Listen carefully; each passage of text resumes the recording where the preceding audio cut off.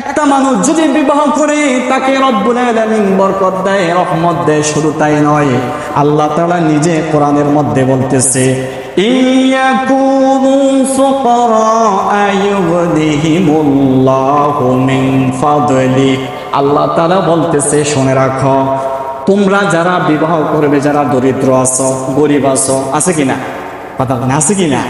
বিবাহের সামর্থ্য রাখো, কিন্তু বিবাহ করছে, করার পরে তার কাছে অত টাকা পয়সা নাই, আর কি একটু গরিব। আল্লাহ তাআলা বলতেছে, চিন্তার কোনো কারণ নাই, চিন্তা করবা না, আমি তোমাদেরকে বরকত দিব। কেন নয়? আল্লাহ তাআলা বলতেছে, ইয়াকুনু ফুকারা, তোমরা যদি দরিদ্র হও, গরিব হও, শুনে রাখো, শুনে রাখো, আমি নিজের অনুগ্রহ দিয়া তোমাদেরকে ধনী বানাইয়া দেব। সুবহানাল্লাহ। পৃথিবীর বুকে ইতিহাসের দিকে তাকান আপনি, যতজন এই পৃথিবীর বুকে স্বাবলম্বী হয়েছে, প্রত্যেকটা মানুষের ইতিহাস দেখেন, তারা বিয়ের আগে নয়, বরং বিবাহের পরেই স্বাবলম্বী হয়েছে। ঠিক কিনা? কথা কন না, ঠিক কিনা? আপনি একটু প্রমাণটা নেন, দেখবেন, বুঝতে পারবেন। আপনার জীবনটাকে আপনি রিসার্চ করেন। যারা বিয়ে করছে, বিয়ের আগে আপনি কি ছিলেন আর বিয়ের পরে কি হয়েছে, এটা আল্লাহ তাআলার পক্ষ থেকে বরকত। সুবহানাল্লাহ। তাহলে আল্লাহ রাব্বুল আলামিন যে বলতেছে, তোমরা বিবাহ মধ্যে আবদ্ধ হও, অবৈধ সম্পর্ক নয়। ওরে আমার কলিজার টুকরা যুবক ভাইয়েরা, শোনো, আল্লাহ তাআলা তোমাকে আমাকে বিবাহের জন্য বলে দিয়েছেন, নয় অবৈধ সম্পর্ক। আজকে দেখা যায় অবৈধ 2 দিন 3 দিনের প্রেম প্রীতি করে তারপরে চলে যায় হোটেলে। আছে কিনা কথা বলেন, আছে কিনা? আমি কি মিথ্যা বললাম?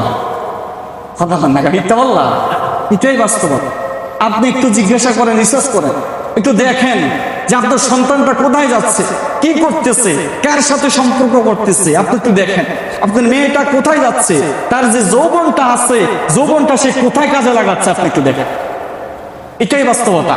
আল্লাহ রাব্বুল আলামিনের রাসূল বলতেছে, বুখারী শরীফের 5063 নম্বর হাদিস, আল্লাহর নবী, প্রিয় নবী সাল্লাল্লাহু আলাইহি ওয়াসাল্লামের কাছে 3 জন ব্যক্তি আসলো, রাসূলুল্লাহর স্ত্রীদের কাছে। কার কাছে? স্ত্রীদের কাছে।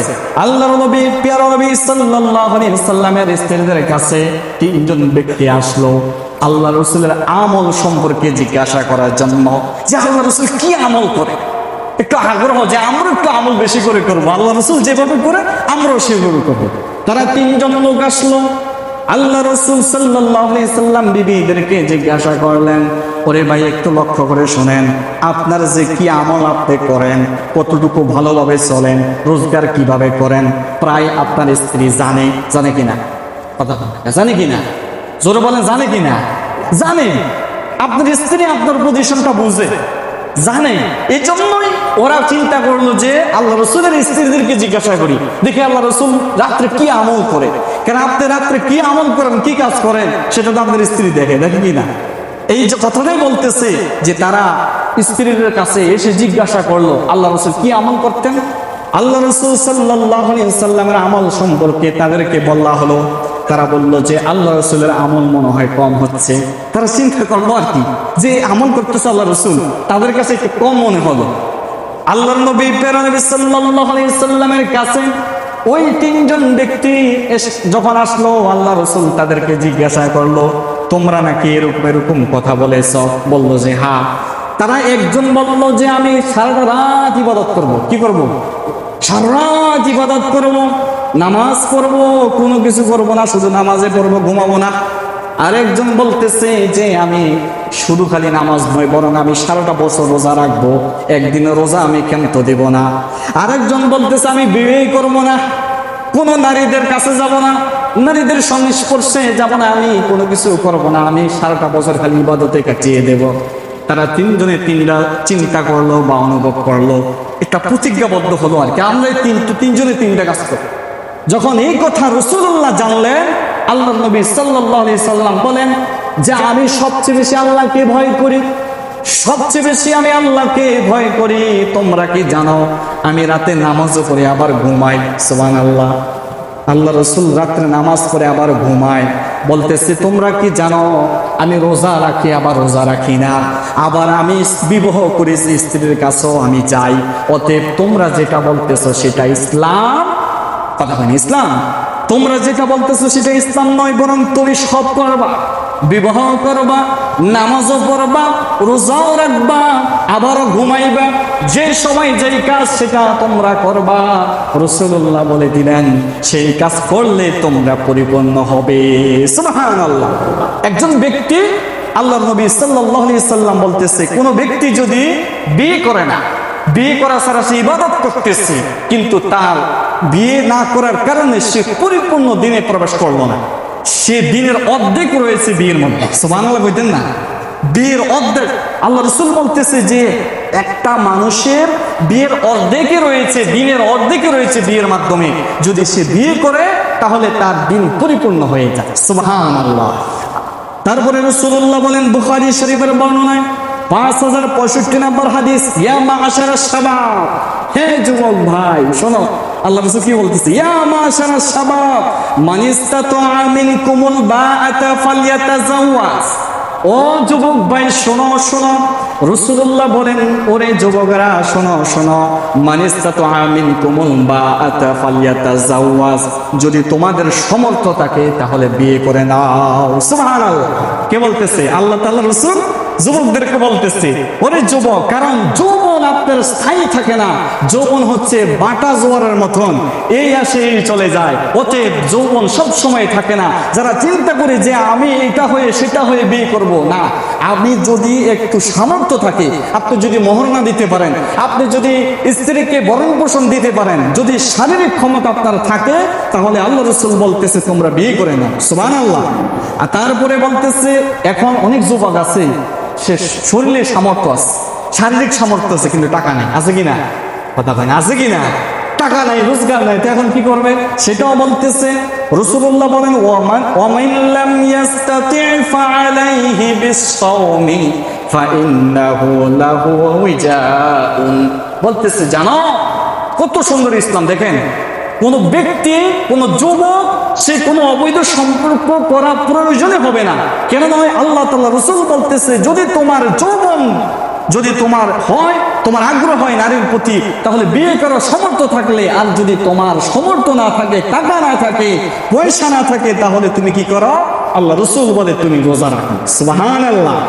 রোজা রাখো। রোজা যদি রোজা রাখো ফাইন্নাহু লাহু বিজাউন, এই রোজাটা তোমার যৌবনতাকে দমন করে রাখবে। অতএব গুনার কোনো প্রয়োজন নাই, গুনার কোনো প্রয়োজন নাই। যুবক যারা আছো লক্ষ্য করে শোনো রে ভাই, তোমাদেরকে রাসূলুল্লাহ বললেন ওরে ইয়া মাশারাস শাবাব, হে যুবক ভাই, যুবক সম্প্রদায়, তোমরা বিবাহ করবা যদি সামর্থ্য থাকে, আর যদি সামর্থ্য না থাকে রোজা রাখো। তবুও অবৈধ সম্পর্ক করা যাবে, কথা মানে যাবে না, এটাই বাস্তবতা। কিন্তু সবচেয়ে দুঃখজনক হলো সত্য, এখন সবচেয়ে বেশি যুবকেরা অবৈধ কাজে সম্পর্ক। আছে কি নাই? কথা কয় আছে কি নাই? আপনি একটু খবর নেন, ইউনিভার্সিটিতে আমি পড়াশোনা করি, হুজুর তো জানে, ইউনিভার্সিটিতে এত পরিমাণ মানে বিশৃঙ্খলা ভাবে তারা চলে, আপনি আশ্চর্য হয়ে যাবেন। নারী পুরুষ ছেলে মেয়ে একসাথে চলাফেরা করে, হাতে হাত ধরে একজনের কোলে একজনে বসে আছে, মানে কি যে এক অবস্থা, পার্কে গেলে তার কথাই নেই। দুঃখজনক। আজকে যারা আধুনিক জীবনে যারা মিডিয়ার সাথে জড়িত আছেন, আপনারা অনেকে জানেন আজকে কত যুবক তার জীবন ধ্বংস করে দিচ্ছে, কত যুবতী তার জীবনকে ধ্বংস করে দিচ্ছে। তারা যৌবন যে 14 ফেব্রুয়ারি নামক একটা দিন ডেট রয়েছে, সেই দিনে যে কত মেয়ে দর্শন হয় সেটা কোন হিসাবের জায়গা নেই। অতএব যুবক, বিবাহের সময় হয়েছে, বিয়ে করে নাও, কোনো অবৈধ সম্পর্ক করা যাবে। আল্লাহর নবী সাল্লাল্লাহু আলাইহি সাল্লাম বলেন কেমন নারী বিবাহ করবা। যুবকরা ভালো করে শোনো, যারা বিয়ে করে না ভালো করে শুনে নাও, কেমন নারী তোমরা বিবাহ করবা।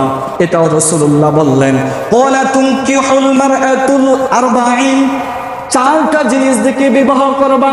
একটা নারীর 4টা জিনিস দেখবা। কয়টা? জোরে বলেন। 1 নম্বর হলো লিমালিহা ওয়ালি হাসাবিহা ওয়ালি জামালিহা ওয়ালি দীনিহা। 1 নম্বর হলো মেয়ের বাবার সম্পদ আছে কিনা, সম্পদ আছে কিনা। 1 নম্বর সম্পদ আছে কিনা দেখো। সম্পদ মানে কোটি কোটি টাকা এমন না, বিষয় চলছে মতো, সে চলতে পারতেছে, সমাজে উঠাপড়া করতে পারতেছে, তাহলে তাকে বিয়ে করো। তুমি কোটি কোটি সরকার সম্পদের মেয়ে বিয়ে করার জন্য আল্লাহ রাসূল বলে নাই, বরং তার মোটামুটি সামর্থ্য আছে, বিয়ে দেওয়ার একটা মেয়ে বিয়ে দিতে পারবে, তাহলে তাকে তুমি বিবাহ করো। এখন আসেন, যার সামর্থ্য নেই মেয়ে বিয়ে দেওয়া, তাহলে সে কি করবে? সে কি বিয়ে দিবে না? ওই মেয়েটার কি যৌবন নেই? ওই মেয়েটার কি সংসার করার ইচ্ছে নেই? ওই মেয়েটার কি একটা স্বামী পাওয়ার ইচ্ছে নেই? হ্যাঁ, অবশ্যই আছে। তাহলে আপনার আমার উচিত হবে, যার প্রতিবেশী দরিদ্র রয়েছে, আপনার প্রতিবেশী হিসাবে আপনি তাকে টাকা দিয়ে তার বিয়ের ব্যবস্থা করা, ঠিক কিনা? এটা করা। আপনি ভালো ভালো খাইতেছেন, সবকিছু করতেছেন, আপনার মেয়ে বিয়ে দিলেন, ছেলে বিয়ে করাইলেন, পাশের বাড়িতে পাশের ঘরের মেয়েটাকে বিয়ে দিতে পারতেছে না টাকার কারণে, পাশের ছেলেটাকে বিয়ে করতে পারতেছে না টাকার কারণে, তারা অবৈধ সম্পর্ক করতেছে। কত নারী, কতজন দেখলাম যে তারা টাকার কারণে বিয়ে করতে পারে না, এই জন্য অবৈধ সম্পর্ক করে পতিতালয়ে চলে যায়। অতএব এটা সমাজের মধ্যে আমরা যারা আছি, আমরা এর জন্য দায়ী। একটা নারী সে পতিতালয় যাবে কেন? আপনি আমি যদি সেইভাবে প্রোটেক্ট করতে পারি, সেভাবে দেখতে পারি, আপনার আমার সেটা দায়িত্ব। একটা নারী, একটা সন্তান, একটা মেয়ে, একটা ছেলে কি করে না করে আপনার প্রতিবেশী হিসেবে আপনার দায়িত্ব, ঠিক কিনা? এটা আমার কথা নয়, রাসূলুল্লাহর কথা। আপনি যত কিছুই করেন, দুনিয়ার মধ্যে আপনি লক্ষ লক্ষ কোটি কোটি টাকা দিয়ে হজ করে ফেললেন কয়েকবার, রব্বুল আলামিন হয়তো আপনার এই প্রতিবেশীর অভিশাপের কারণে, যে প্রতিবেশী ভালো খাইতেছে না, ভালো খাবার গ্রহণ করতে পারতেছে না, ঈদের সময় নতুন জামা পরতে পারতেছে না, মেয়েটাকে বিবাহ দিতে পারতেছে না, ছেলেটাকে পড়াশোনা করাইতে পারতেছে না, আপনি অথচ হজ করতেছেন ৩-৪ বার, এই হজ আপনার কাজে আসবে? আমার কথা নয়, রাসূলুল্লাহর কথা। আপনি রিসার্চ করে দেখেন, আল্লাহর নবী সাল্লাল্লাহু আলাইহি ওয়াসাল্লাম আপনাকে আমাকে সেটাই বলেছে। অতএব আপনার আমার উচিত হবে যুবকদেরকে এবং যার মেয়ে আছে, বিয়ের বয়স হয়েছে, তাকে বিয়ের বন্ধনে আবদ্ধ করা, ঠিক কিনা? আল্লাহর নবী সাল্লাল্লাহু আলাইহি সাল্লাম বললেন, ১ নাম্বার হলো তার সম্পদ দেখবে, ২ নাম্বার ওলি হাসাবিহা, ২ নাম্বার তার বংশ দেখবে, মেয়ের বংশ আছে কিনা, ৩ নাম্বার হলো জামালিহা, মেয়ের সৌন্দর্য আছে কিনা। একটা জিনিস খেয়াল করবেন, সবার চোখে সবার ভালো লাগে না, কি লাগে? লাগে না। আল্লাহ রাসূল সাল্লাল্লাহু আলাইহি সাল্লাম বলে, সৌন্দর্য দেখো, তোমার চোখে যাকে ভালো লাগবে তাকেই তুমি বিয়ে করে নাও, তাকেই তুমি পছন্দ করে নাও, তাই সেটাই তোমার জন্য এনাফ হয়ে যাবে, যথেষ্ট হয়ে যাবে। তাকেই তুমি বিয়ে করলে তুমি শান্তি পাবে। সুবহানাল্লাহ। লাইলি মজনুর ঘটনা আমরা সবাই কম বেশ জানি কিনা? কথা কয় না, জানি কিনা? অনেকে জানি, আমরা ইতিহাসের পাতায় পড়েছি, লাইলি মজনুর ইতিহাস আমরা জানি, সেটা থাকবে, তাদের মহাব্বত ভালোবাসার কথা, যদিও সেটা শরীয়ত সম্মত করে না। আমি একটা এক্সাম্পল দিয়ে বুঝাচ্ছি, সেটা হচ্ছে লাইলি মজনুকে প্রশ্ন করা হলো, ওরে মজনু, তুমি লাইলির কি দেখে এত পাগল হয়ে গিয়েছ? লাইলিটা এত সুন্দর নয়?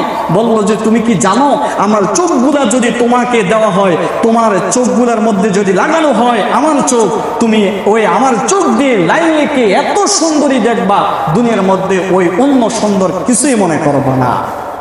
অতএব এই কথা দ্বারা প্রমাণিত, সৌন্দর্য আপনার চোখে যাকে ভালো লাগছে, যুবক, তাকে বিয়ে করে নাও। অবৈধ সম্পর্ক নয়, প্রেমপ্রীতি নয়। আল্লাহ রাসূল এটাই বলতেছে। তারপরে বলতেছেন ওয়ালিদিনিহা, তারপরে তার দিনদারিত্ব দেখবে, সেটা গুরুত্বপূর্ণ বেশি। একটা মেয়ে আপনি বিয়ে করে নিয়ে এসেছেন, সেটা এমনভাবে কর্ম করে, কাজ করে, আপনার সাথে থেকে যদি অন্য ছেলের সাথে সম্পর্ক রাখে, তাহলে কি সেটা স্বামী মেনে নেবে? মেনে নেবে? একটা মেয়ে তার স্বামীর ঘরে থেকে যদি আরেকটা ছেলের সাথে সম্পর্ক করে, প্রেম করে, তাহলে সেটাকে মেনে নেবে? এটা তো হচ্ছে, অহরহ হচ্ছে। অতএব সেটা এরকম মেয়ে বিয়ে করা যাবে না। ২ নাম্বার, আল্লাহ ৪ নম্বরের কথা বলে আল্লাহ তাআলা রাসূল বলতেছে, ফাজফার বিজাতিদ দ্বীন, তারপরে তোমরা কোনো কিছু পাও না, একটা কিছু পাইছো, সেটা হলো তার ভিতরে দ্বীন আছে। যে মেয়েটা পর্দা করে, নামাজ পড়ে, রোজা রাখে, ভালোভাবে চলে। সমাজের মধ্যে অনেক মেয়ে আছে ভালো চলে, আছে কি নাই? কথা বলেন, আছে কি নাই? যদি সে মেয়েটা ভালো হয়, তুমি টাকা দেখবে না, বংশ দেখবে না, তার সৌন্দর্য দেখবে না, বরং তার দিনদারিত্ব তুমি রেখে বিয়ে করো। রাসূলুল্লাহ বলেন, কোন ব্যক্তি যদি দিনদারিত্ব মেয়ে বিয়ে করে, আল্লাহ তাআলা দুনিয়ার মধ্যেই তাকে জান্নাতের গ্রাম শোনায় দিবেন। সুবহানাল্লাহ।